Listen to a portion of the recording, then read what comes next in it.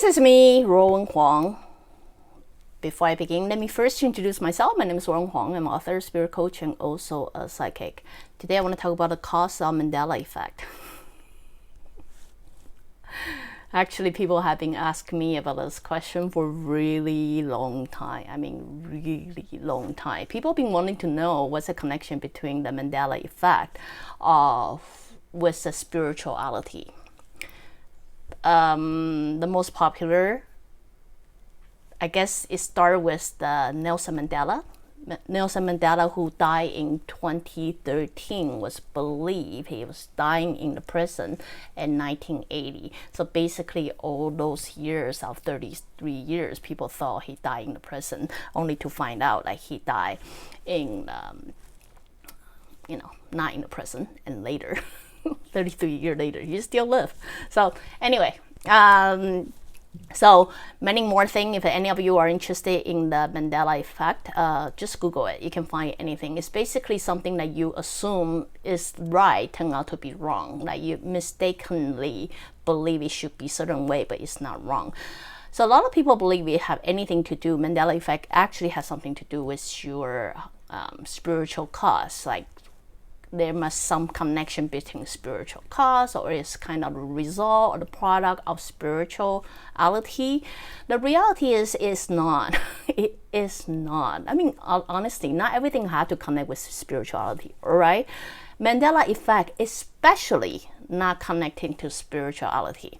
Mandela Effect is actually the product of conscious mind. What called conscious mind is when one had their logical mind set to believe certain patterns, certain behavior, or certain thing, they will automatically apply that conscious mind into the things like they didn't even know or they think they know. You know what I mean? It's like reading the book, as simple as reading the book.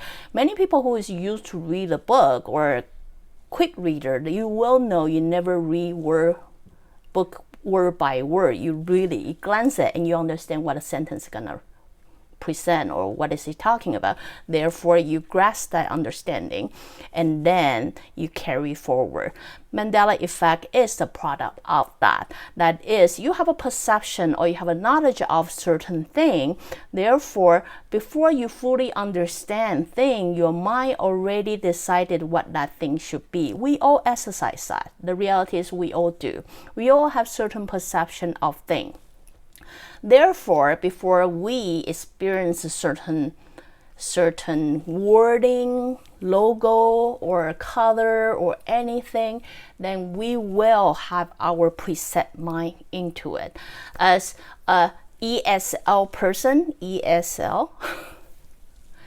many of you will realize that most of Mandela Effect really doesn't work. When they present Jessie Penny, supposed to be Jessie Penny, or, Bearskin Bear, supposed to be Bearskin Bear. It's literally all the same. Like to a ESL, we don't notice a difference. Two of them just the same. Why so? Because our mind do not register that or don't have a pattern of believing it should be certain way. So to us, it just is okay. This is the right one, but my mind is never take the wrong one and thinking it's the real one either. But does that mean for ESL we don't have Mandela Effect? No, we do.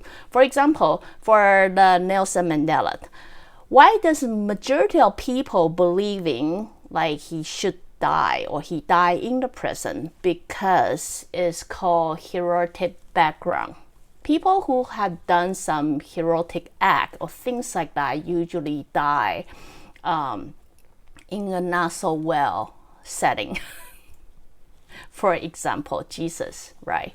He sacrificed himself for other people or for all those, civil fighters who sacrificed themselves for others. Therefore, through the education, people understand for those people who did great good, like benefit other people, that always have to sacrifice themselves in certain form.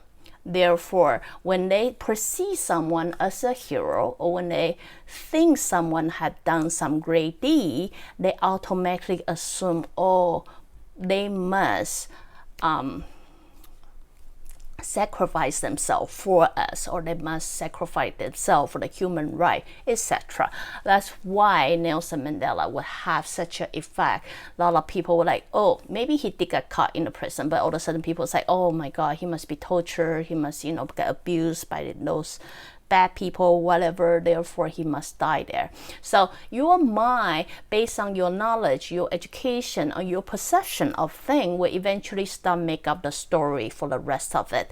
For Chinese, we have also the same thing. As myself, I have a perception how the word should be written, Chinese word, character. So when I'm reading the book, when I'm seeing the things, when I see it in the distance, I assume that's how the word should be written.